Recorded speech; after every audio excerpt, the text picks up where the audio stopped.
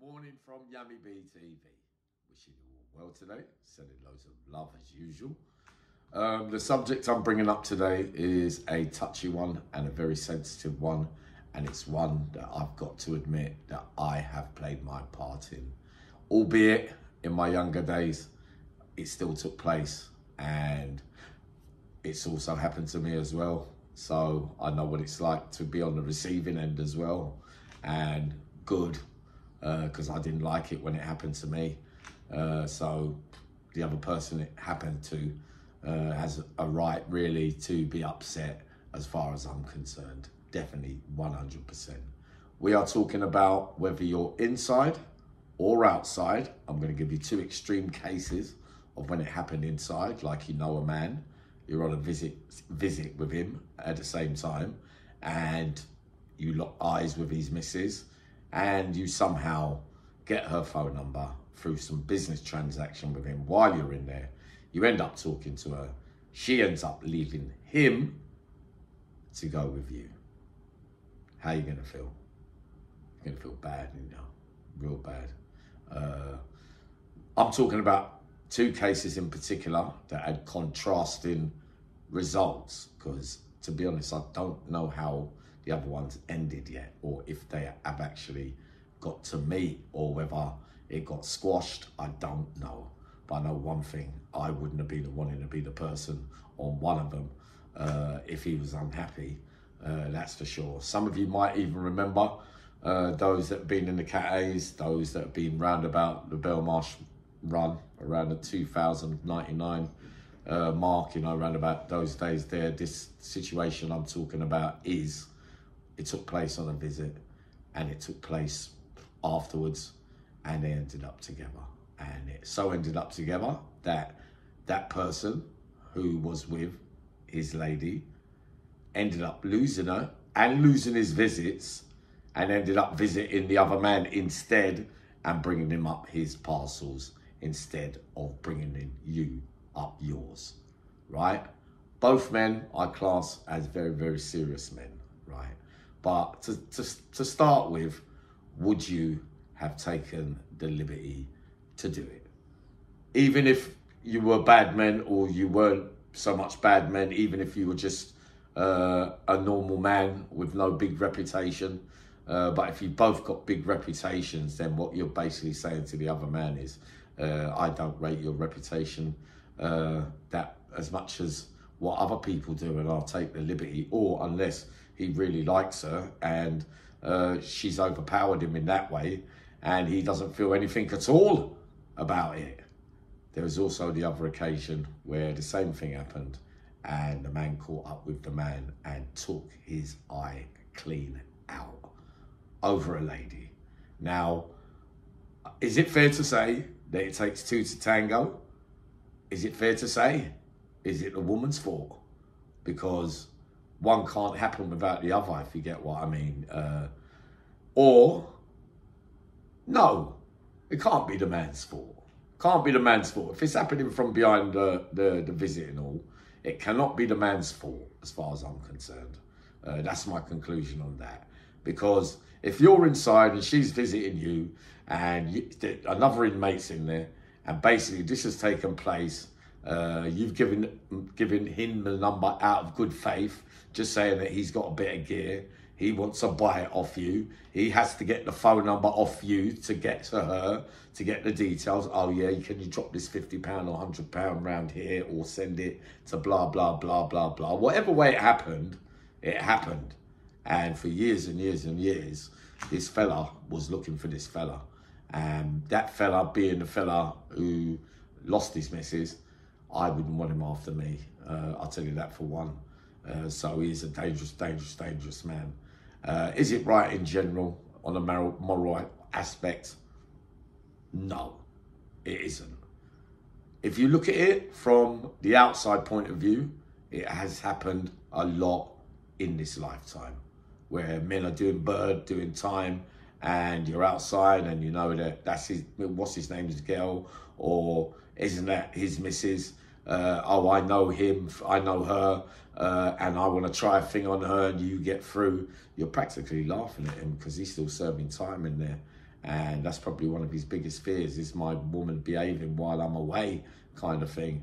And to find out in the end that she wasn't can leave you deeply scarred, and it might leave, well, will leave you with trust issues in the future if you go to prison and you got a girlfriend, because it's happened to you before.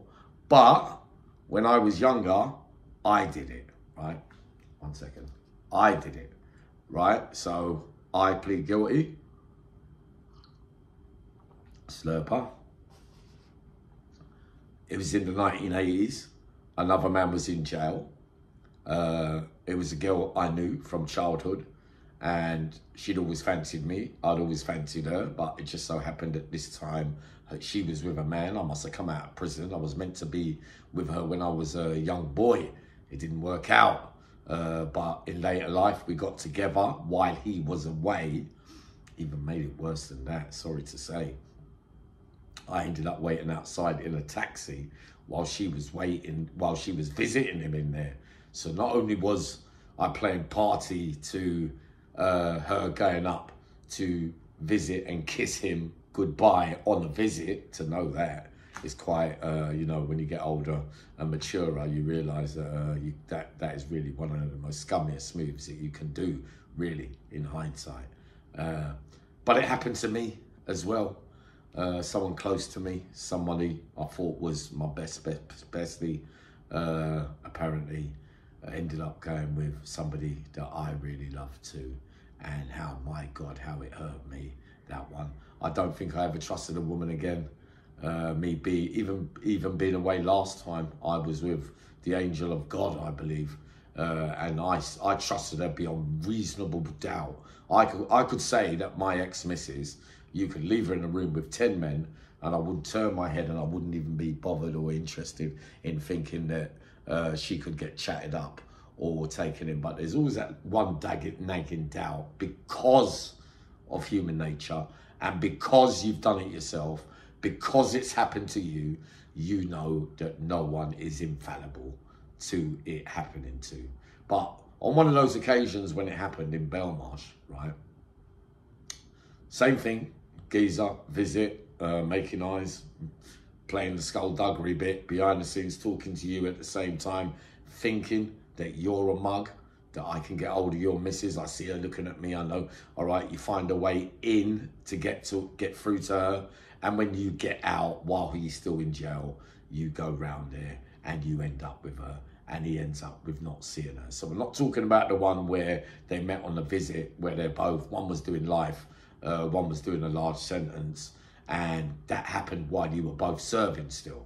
So you ended up with someone's missus, and you haven't even been outside with her yet. So you got that whole gossip thing going on for the whole of the sentence. And to say you can lose a bit of face, and many people know that it's gone on, can leave you bitter and really, really, really, really aggressive, with some real dark thoughts at night, because I know what it would do to me if something like that happened to me. I don't know whether them two caught up with each other. What I do know is the one outside, you ended up back in prison, and then you bumped into him again, and he took your eye clean out, and up till today you can't see. So that's the contrasting differences. I don't know whether this other situation here is going to be left alone, or whether it got left alone, or in the end, you know, you ended up just saying, all right, it happened. Who's to blame though? Who's to blame? Is the lady to blame? Is it the man's fault? Is it both of them? If it's both fault, I think if it happens in prison, in a prison setting, then it has to be the woman's fault, surely. If it happens outside, I'm bending a little bit. Tell me if I'm right, if I'm wrong, I accept it. But if you're outside, you're easier to get to, and you're probably more vulnerable. Not saying that when you're coming up to visit someone, your boyfriend, while you're in prison, you're not vulnerable, but you're not vulnerable because the other man that is in jail with you, he's not out. So he doesn't get a chance to see you outside in a vulnerable position to really try it on. So really, he's using the gift of the gab to get through to you. So, and also you're hurting your partner as well. So I've got that one there. I've got to go with the man on that one. I wouldn't do it. I wouldn't do it to a man. Well, when I was older and wiser, I wouldn't do it full stop, because I think it's a no-go. I think it's a dirty move. I think it's a dirty move, even if you don't know the man himself. If you know a man, or you know, say you know a man, but you don't talk to him, but you know that that's his girl because you've seen her on a visit, you've seen her other places with him, and when you're not there, he chats. When he's not there, you chat her up, you get through, and you have a fiddle around with her now and again, or you know you just have a one-off and it doesn't happen again. But you hold the secret over that guy, because many guys along the years, one of those funny ones that always comes out, it's like a warped sense of, yeah, but at least I've got one over him, I've been with his girl. But he doesn't know, or he might suspect, but he doesn't know for sure, say. But in that man's mind, he feels like for some reason, he's got something over him, because it's a big disrespect that, you got your girl there, you're kissing her up on the visit, but I've been with her. Do you get me? Sorry, slurping. But do you get me? I'm trying to work out like why would you want to be so like have that as a disrespect, if you get what I mean. I'll tell you one to look out for while you're in there. Don't ever go there, you lot. Or you lot who ever think about going there. Those that have been there will understand what I'm talking about. But there's that old one as well, where now you could do business over mobile phones, much more easier to do than it was in the old days, because you can get somebody's girlfriend's number through business transactions, weed, gear, phones, anything to be able to talk to another man's girl, or a girl who's doing business for the man in whatever capacity. But we're talking about missuses today, or girlfriends. So it gives him an opportunity. Yeah, how are you? All right. Yeah. Your man said that. Yeah, I'm blah blah blah. But I've even had men go on the phone and talk to other men's missuses and really belittle them. Belittle the man. Yeah, he owes me. Like, you're a bigger man for the man. Like, meaning that you shouldn't even be with him. What you doing with an idiot like that when you should be? What a liberty. Seriously, serious subject. And many men have had to pay the penalty over the years, and many men have died. And there's been court cases in history over women that have done this, or men that have been involved in this. Who's to blame? I don't know. I know to blame. I'll give you my reasons why I go with the man in prison. But outside of it, I just take it as a blatant disrespect. That if you know, or even if you don't talk to the man, but you know it's his girl and you know it's going to hurt him, it still goes down as a very, very bad move, if you get what I mean. What else was I going to add to it? Yeah, that famous story there with the I1 coming out. It'd be interesting to know whatever happened to that one that I was talking about, the one on the visits. But I know many men that, I know a man also, round about the same circle as it goes, who tried it with another man's girl. And the girl went back and told him. And the man, it was just so funny that at the time, they were both down the seg doing a bit of business. But I was down the seg. And I got on to the conversation.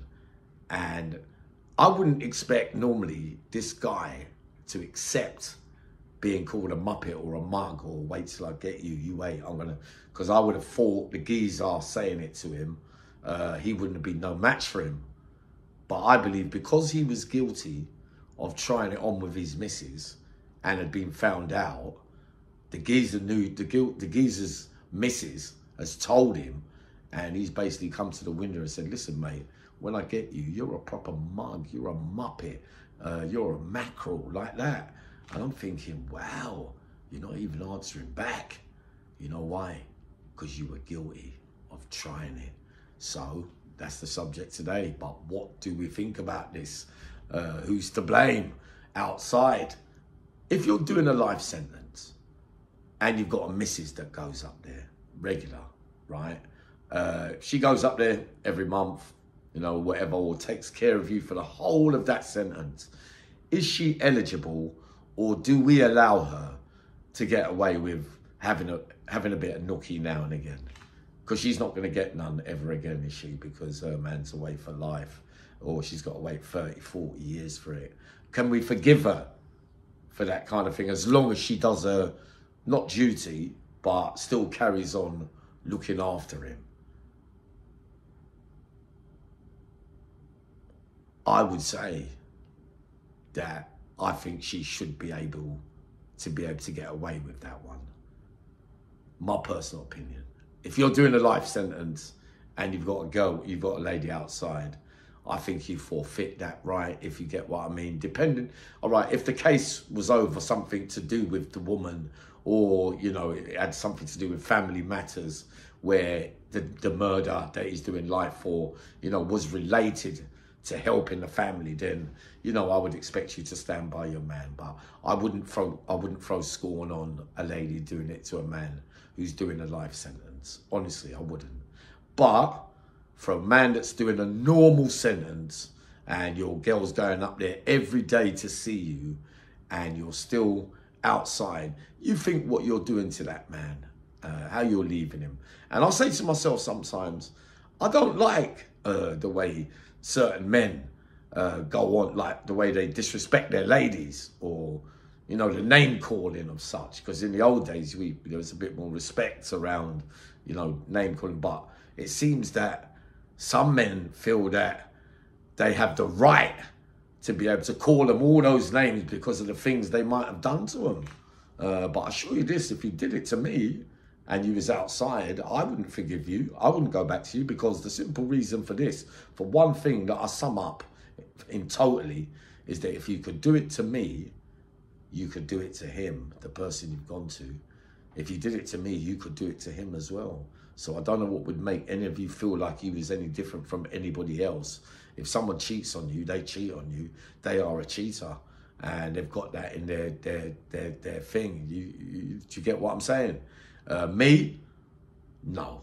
I would take hold that with the knowledge that I've got now and my experiences, I would have much more self-control around a man's lady, or in general, knowing that the woman is taken already, and you shouldn't be thinking about trying to get into another woman's baggy or knickers, whatever way we want to put it on yammybtv. That's my moral thinking around this kind of stuff now. But sadly, it's an all too familiar tale, and it's still happening today. So who's right, who's wrong, who's to blame? You let me know. But I bet it opened some wounds, some old wounds for some of us, because those of us that have done time, some of us would have had to experience it. And I bet you, I wonder how many of you would plead guilty to doing it yourself. All right, be up later. We're starting early today. We've got some good stuff coming up. Have a wonderful day.